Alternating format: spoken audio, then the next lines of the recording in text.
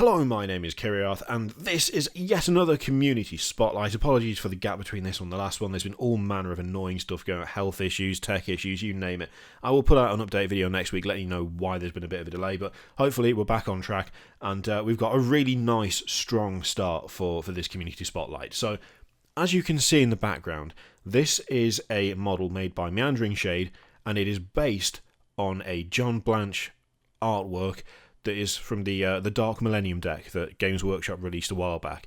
And along with these images, which they'll cycle around, and you can get a good look at this model from all angles because it's fantastic. It's so well done and so accurate to that bit of artwork. It's amazing. There's also a really, really good email, which has actually given me a bit of an idea, and all of the credit for this idea goes straight to Meandering Shade. So, along with these images, I'll just read part of the email out to you. I just watched the Community Spotlight number 4 video, and I don't often promote my own work aside from in my own little corner of the internet on my social media, but it did make me think about something. Even if you don't use my images, I thought that it might be nice to highlight this advice for many hobbyists out there. I don't really game much of it all these days due to various issues, but I still love the Warhammer settings. There are a lot of places on the web, Facebook groups, Instagram, etc., that often run community challenges / projects to get involved in.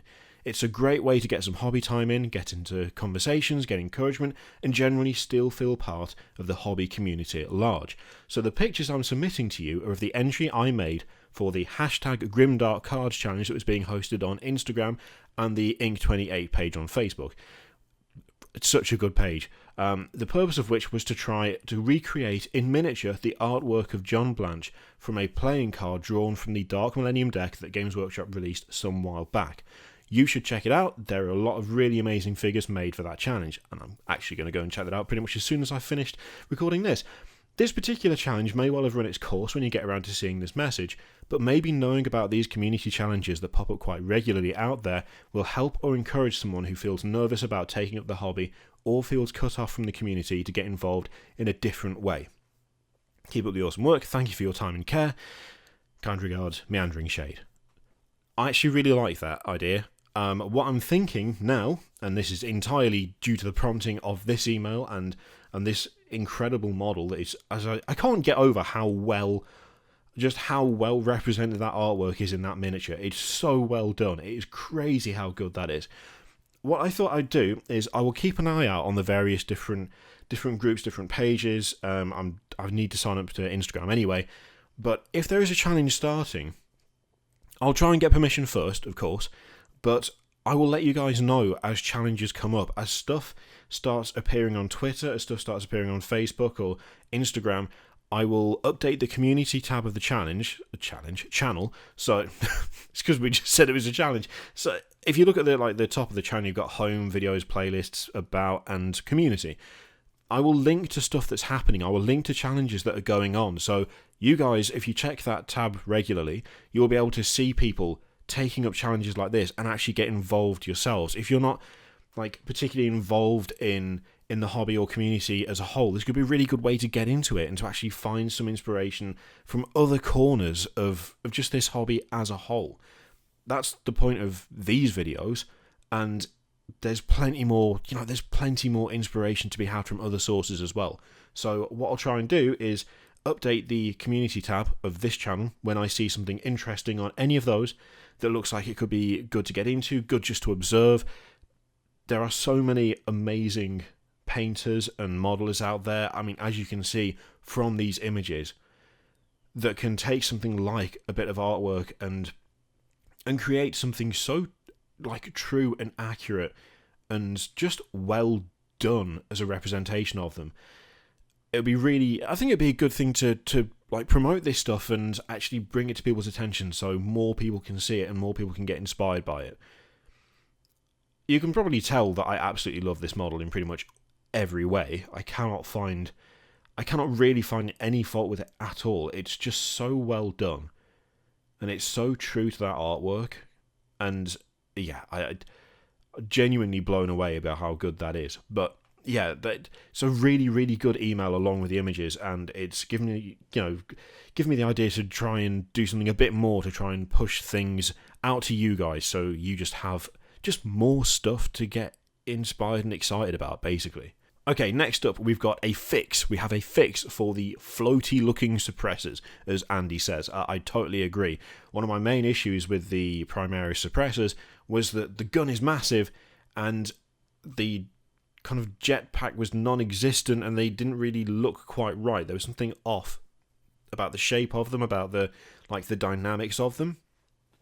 By doing something relatively simple, it massively improves the look of the model. It makes them look so much more, I don't know, it just gives them a presence that they didn't have before and fixes the issue where it looks like once they land, they're not going anywhere. And that is to use just a standard jump pack on the back. Like, that's, as far as I can tell, apart from the Space Wolves shoulder pad and a bit of Space Wolves, wolf tail going on there, as far as I can tell, I think the only thing that's really been changed is that inclusion of the jump pack on the back of that model, and yet it looks so much more purposeful and it looks so much more like it would be able to fulfill its role than the stock version of it. Little upgrades like that can do a huge amount to change like the overall attitude and appearance of something, and I would honestly suggest that is, for me anyway, a vast improvement over how they come. It looks so much more appropriate to their role than they do as standard. So a small change, but one that makes a big difference to the model, I think. Following on from that, for a bit more kit bashing, is some Age of Sigmar Daughters of Kane Heartrenders kit bashed with Dark Eldar Scourges. I really like these. They look really, really good. These are from Craig. They look really, really good. They look so like, I don't know, there's something otherworldly about them. I don't know whether it's the helms on them particularly. It could be that. There's just, the overall look is so much more like creepy and a bit disturbing than standard. And like the combination of different parts works really, really well. They look like they were designed that way, which I've said before is like, that's one of the things for a really great kit bash or conversion is if you look at it and go, oh, that's not how they were just supposed to look. Oh, okay. Like, they really do. All those parts have worked together so well. They've produced such a good kind of completed model that it just looks like that's how they're supposed to be. It's a really, really good combination of kits. It's worked really, really well. Okay, next up, there is a whole bunch of different stuff from Brandon. And the email was titled simply, Avoid the Burnout, which I like a lot. That is the whole point. And there's some really nice, there's some really nice paintwork and just some really nice effects going on. I'm a big sucker for, decayed stuff. You've probably noticed from many of the things I've posted and painted in the past that I love a bit of rust here and there, or just all over the model. I really like the wear and tear on the Death Guard stuff particularly. And I think, is there some hot glue gun use going on some of these to create that really stringy blood effect? And oh, there's an arm sticking out in there as well. Okay.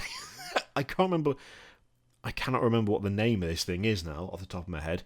Because there's a blight hauler in there as well, I keep wanting to call it a blight hauler, but I know that's not what it is. But that is grim. That is really grim and really well done. It looks thoroughly gross and nasty. There's also some Imperial Knights in here as well. Again, some really nice weathering as well. I feel like there's some nice natural weathering going on.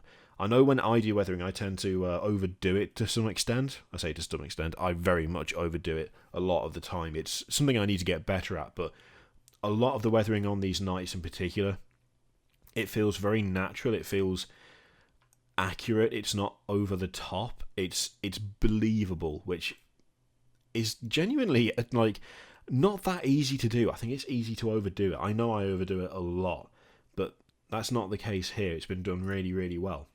There's some nice green going on the Death Guard wielding the axe there, and on the Blight Hauler as well.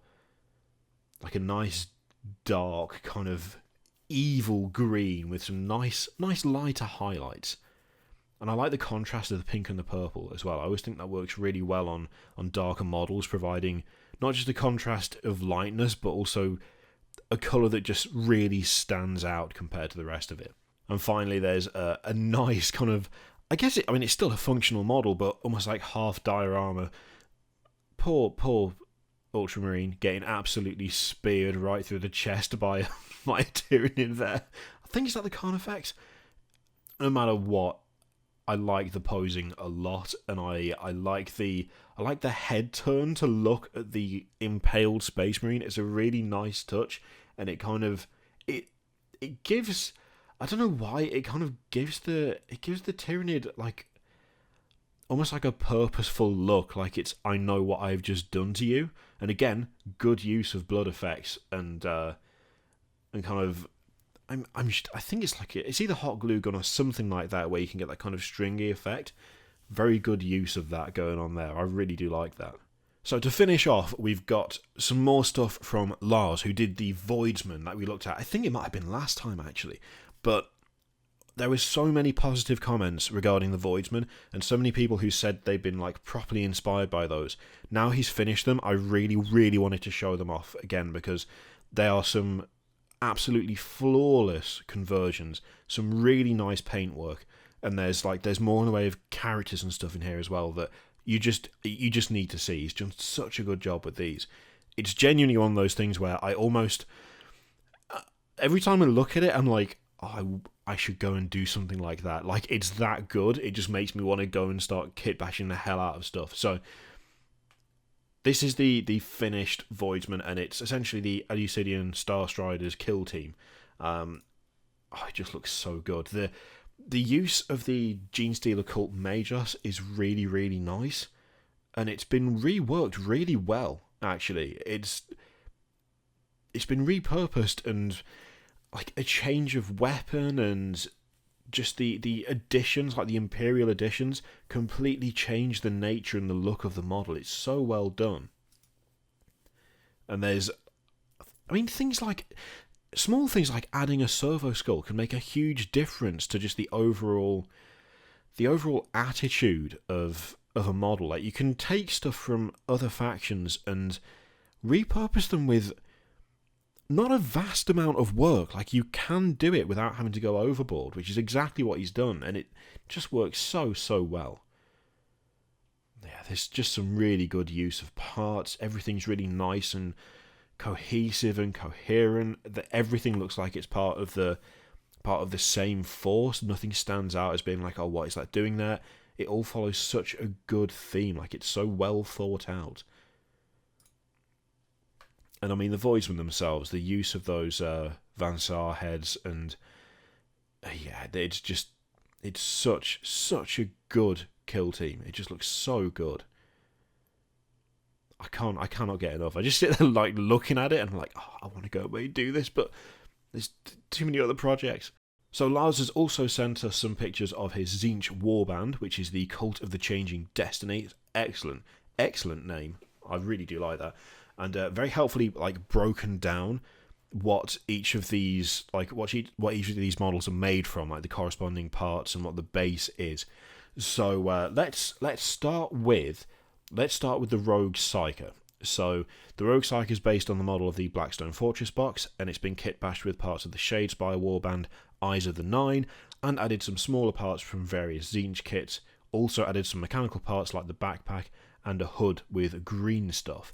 Again, there's something so like sinister and creepy about this model, and I really, really like it. And it does flow together really well. It fits together really well. It's very cohesive. Again, I really do like that. The head is properly weird. I don't know what it is. The open kind of distended jaw just on that model, with the way it's rising, really adds like an extra creepy factor to it. It's really well done. Then we have, I'm gonna butcher the names actually. So the Rogue Psyker was Medizia Rakazor. I'm assuming I've pronounced that wrong. Hopefully not. This one is Kazir the Witch. So for the female member, I chose a Demoness. I think the bird-like legs are well-fitting for a Tzeentchian character. Also, wanted to use the leftover candlestick from the Chain Rasp. So the Chain Rasp, we'll have a look at that in a second. And continue to use a Chain Rasp arm on the other hand. Place some smaller bits like the symbols on her front. Again, it's been it's been melded together so well. It works really, really well. I actually do totally agree. I really like that part from the chain rasps. In fact, I think I have that exact, like the candle thing. I think I have that exact part left over somewhere, which is going to have to be used for something, because it's, for some reason, I just really like it. I think it's just well designed. But again, it looks cohesive. It looks creepy. There's something like otherworldly about it. I have a thing, and I don't know how to phrase this without sounding weird. I have a thing for like unsettling models and unsettling artwork. I'm not a big horror fan, but I like that kind of existential sort of, oh, what that's not right. Like that kind of, I don't even know what to describe it as. I think it's more like more annihilation and less like jump scare central. That kind of vibe, just deeply unsettling. This has got that kind of vibe to it, and it works really, really well. So the other model that had some chain rasp stuff going on is Ravon, the Keeper of Knowledge, which is a Corridor Ganger with a Night Hunt chain rasp head, which was all of that was the foundation for the model. So there's also the scroll from the Kyric Acolytes kit. The backpack is a Necron Praetorian hand with added green stuffed tubes. His mace is also taken from a chain rasp model. Excellent use of the Corridor body there. I love that kit. My own kill team is woefully not finished, but I'm using the Corridor stuff for that myself. Again, it works so well and it looks so creepy. I do like the addition of things like the kind of scroll work, and I really need to get one of those like tube, like green stuff tube meld things, because I do like the addition of that to kind of, it kind of adds bulk and a bit of extra, just adds a bit of extra something. It kind of adds presence to the model. And the bird, Lisa, which is the Whisper Bird, the familiar is taken from the Kyric Acolytes kit and used part of a Rubric Marine's backpack for its head. The small tree is a bit from the Sylvaneth Dryads. Honestly, I would not have called that was not just how that model came. I looked at the pictures before I looked at the actual descriptions of what they were, and I did not realise that bird was made up of two different things. That's really well done. That's really cool. And the use of a bit of Dryad kit for like the small tree it's perching on, again, I do like that a lot. Apparently this is Lars' first attempt at OSL, and he's really proud of it, and he bloody should be. I can't paint OSL to save my life. If that's the first time, good grief. That's so good. It's so good. What the hell? I'm a little bit I say I'm a little bit jealous. I'm completely jealous.